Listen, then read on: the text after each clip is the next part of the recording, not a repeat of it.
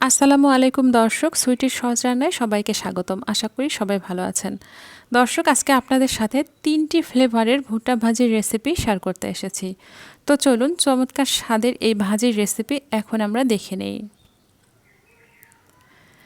এর জন্য আমি 2টা এরকম ভুট্টার আটি নিয়েছি। এখান থেকে একটু একটু করে ভুট্টা ছাড়িয়ে নিচ্ছি। প্রথমে একটি লাইন ছাড়ালে পরেরগুলো কিন্তু ছাড়াতে খুবই সুবিধা হয়। দর্শক, এই ভুট্টা কিন্তু জমি থেকে তুলে নিয়ে আসার পর এই আটি অবস্থায় আমি ভালোভাবে রোদে শুকিয়ে নিয়েছি। দর্শক, দেখতে পাচ্ছেন প্রথমে একটু খুলে নেবার পর তারপরে কিন্তু দ্রুতই এগুলো খুলে নেওয়া যাচ্ছে।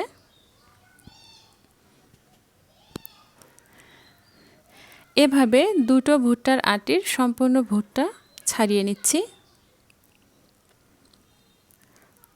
দেখুন, সম্পূর্ণ ছাড়ানো হয়ে গেছে। এখন এর মধ্যে আমি সামান্য পরিমাণ পানি দিয়ে দিচ্ছি, খুবই সামান্য পরিমাণ। দর্শক দেখুন, শুধু যেন মাখা মাখা হয়ে আসে এরকম। আর দিয়ে দিচ্ছি হাফ চা চামচ পরিমাণ লবণ।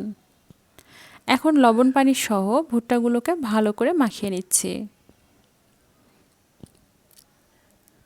এগুলো মাখিয়ে নেবার পর এখন আমি চুলায় চলে যাচ্ছি। চুলায় প্যান বসিয়ে দিয়ে সেখানে রান্নার তেল দিয়ে দিচ্ছি, খুবই সামান্য পরিমাণ তেল দিয়ে দিচ্ছি আর তেলটাকে গরম হয়ে আসা পর্যন্ত অপেক্ষা করছি। এরপর আমি যে ভুট্টাটা মাখিয়ে রেখেছি সেটাকে 3 ভাগ করে তার একটা ভাগ এর মধ্যে দিয়ে দিচ্ছি, আর প্রত্যেকটা ভাগে হাফ কাপের চেয়ে একটু বেশি হয়েছে।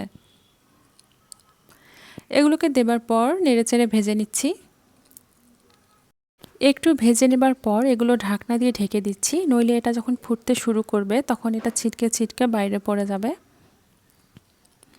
দর্শক, আমরা দোকান থেকে যেগুলো পপকর্ন কিনে খাই এটা কিন্তু সেগুলোর মতো ফুটবে না।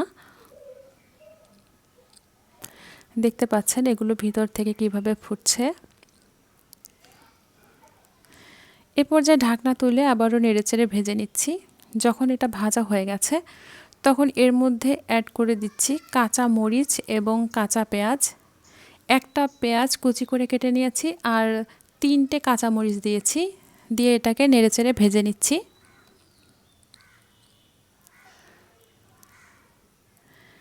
ভুট্টাগুলো কিন্তু সম্পূর্ণ ভাজা হয়ে যাবার পর কাঁচামরিচ পেঁয়াজ দিয়েছি, আর সেগুলো যখন ভাজা হয়েছে তখন কিন্তু এগুলোকে তুলে নিচ্ছি। এরপর বাকি ভুট্টাগুলো থেকে হাফ কাপের একটু বেশি নিয়ে এর মধ্যে দিয়ে আবারও ভেজে নিচ্ছি। দর্শক, দেখতে পাচ্ছেন এ পর্যায়ে কিন্তু আর এগুলোতে মরিচ পেঁয়াজ দেব না, শুধু হালকা তেলের মধ্যে এটাকে ভেজে তারপর তুলে নেব। দর্শক, দেখতে পাচ্ছেন ঠিক এরকম যখন ভাজা হয়ে এসেছে তখন আমি এটাকে বাটিতে তুলে রেখে দিচ্ছি। এটার বাকি প্রসেসিং কিন্তু আমি পরে দেখাবো, সে পর্যন্ত অপেক্ষা করুন। দর্শক, এগুলো তুলে নেওয়া হয়ে গেলে আবার আর যে পরিমাণ ভুট্টা রয়ে গেল সেটাকেও অল্প তেলের মধ্যে আমি একইভাবে ভেজে নিচ্ছি। দর্শক, আমি আগেই বলেছি আমি ভুট্টাগুলোকে 3 ভাগ করে নিয়েছি। আমি শুরুতেই যেটা ভেজে নিয়েছি সেটা কিন্তু সম্পূর্ণ প্রসেসিং হয়ে গেছে, বাকি যে 2 বাটি আমি এভাবে তুলে নিলাম সেটার প্রসেসিং আমি আপনাদেরকে দেখাচ্ছি। এবার চুলায় যে প্যান দিয়েছি তার মধ্যে সামান্য পরিমাণ পানি দিয়েছি আর দিয়ে দিচ্ছি 1/4 কাপ পরিমাণ চিনি। দর্শক, আমি এখানে চিনি যতটুকু দিয়েছি পানি দিয়েছি তার অর্ধেকটা। দেবার পর এটাকে নেড়েচেড়ে নিচ্ছি। দর্শক, নিশ্চয়ই বুঝতে পেরেছেন আমি এখানে ক্যারামেল তৈরি করে নিচ্ছি। তবে ক্যারামেলটাকে পুরোপুরি লাল হতে দেব না, একটু যখন লালচে আকার ধারণ করেছে তখনই চুলাটাকে আমি বন্ধ করে দিয়েছি আর তারপর এখানে 1 বাটি ভুট্টা যে ভেজে নিয়েছি সেটা দিয়ে দিচ্ছি। তার আগেই ভুট্টাগুলোকে আমি ঠান্ডা করে নিয়েছি। দর্শক, এবার কিন্তু চুলা বন্ধ আছে, এই অবস্থায় এটাকে আমি নেড়েচেড়ে নিচ্ছি। যখন এটা কিছুটা ঠান্ডা হয়ে যাবে তখন কিন্তু ক্যারামেলটা এই ভুট্টাগুলোর গায়ে গায়ে লেগে যাবে এবং যখন আলাদা হয়ে যাবে তখন কিন্তু এটাকে খেতে অনেক কুড়মুড়ে লাগবে।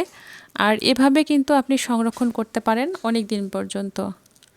এবার আরেক বাটি যে রয়ে গিয়েছে সেটার জন্য আমি এখানে নিয়ে নিয়েছি কাঁচা মরিচ, কাঁচা পেঁয়াজ, শসা এবং ধনিয়া পাতা সবগুলোই কুচি করে নিয়েছি আর সামান্য পরিমাণ লবণ মিশিয়ে নিয়ে এটাকে মেখে নিয়ে বাকি যে ভুট্টাটা রয়ে গিয়েছে সেটা এর মধ্যে দিয়ে মেখে নিয়েছি। দর্শক, এই 3 রকমের ভুট্টা ভাজির প্রত্যেকটাই কিন্তু খুবই চমৎকার ছিল। আমার রিকোয়েস্ট থাকবে আপনারা এভাবে এই ভুট্টার সিজনে অবশ্যই ভুট্টা ভাজি ট্রাই করবেন আর আমার কমেন্ট সেকশনে জানাতে ভুলবেন না খেয়ে আপনাদের কতখানি ভালো লেগেছে।